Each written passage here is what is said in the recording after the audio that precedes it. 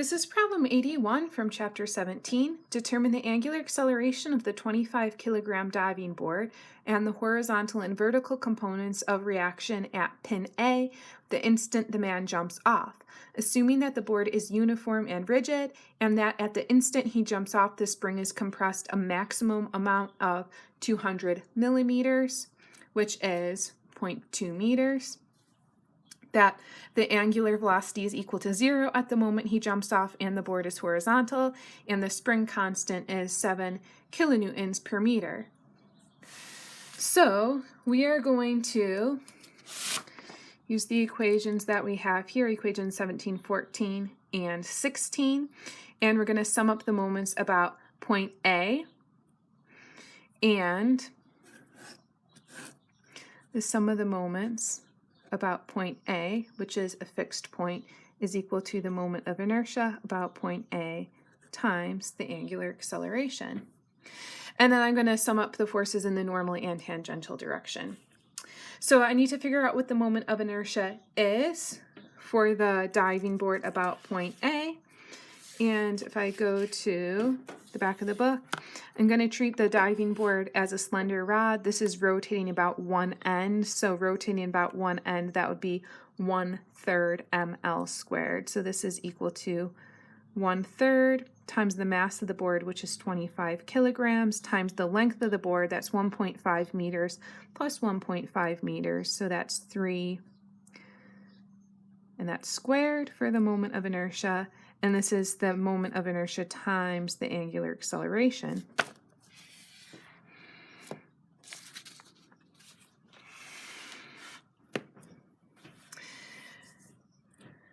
So then I'm going to draw a free body diagram so that I can sum up the moments. And if I sum up the moments about point A, then the forces which are acting at point A do not appear when I sum up the moments about point A. So I will save those for later. And it says at the instant that the man jumps off, so at the instant he leaves the board, he is no longer exerting a force on the board, so the normal force is 0 at the instant that he jumps off. So we don't have any forces from the man touching the board. We do have a force of gravity acting downwards at the center of the board, and the mass of the board is 25 kilograms, so this is 25 times 9.8 for the force of gravity acting downwards. And that is 245.25 for the force of gravity. And the spring is touching the board at the mass center of the board. And the force of the spring is, let's do this. This is M times G. The force of the spring is K times S. That's acting upward, so I want to use 0.2 for S. And then I have 7 kilonewtons per meter, so that's 7,000 times 0.2 for the force of the spring, and that's 1,400. These are both acting at a distance of 1.5. The force of the spring would cause rotation in the positive direction. The force of gravity would cause rotation in the negative direction.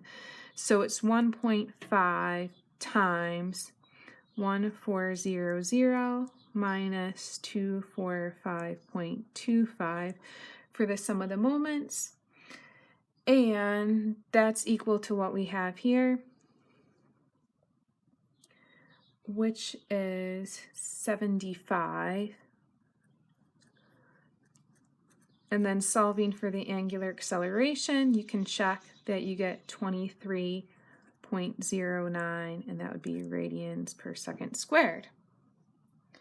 Okay, now we can figure out what the normal direction is and what the tangential direction is, and then we can use Newton's second law. So if you look at the point here, when the man jumps off, the board is going to start moving upwards because the spring is compressed.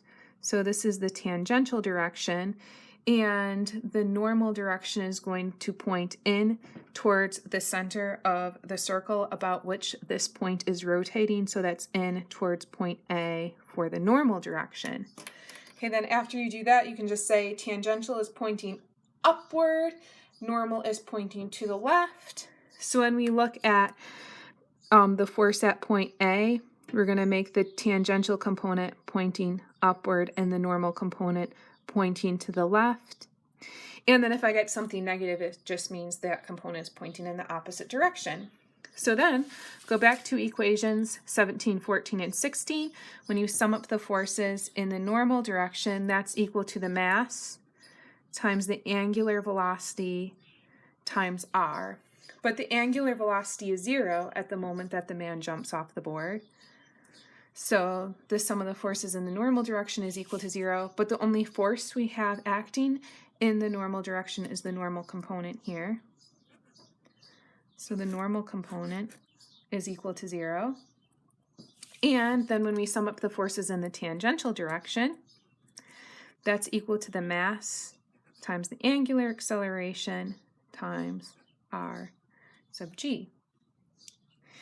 And in the tangential direction, we have the force of the spring and the tangential component acting upward, so that's 1400 plus the tangential component, and the force of gravity acting downward, so that's minus 245.25, is equal to the mass of the board, which is 25, times the angular acceleration, which we found here to be 23.09,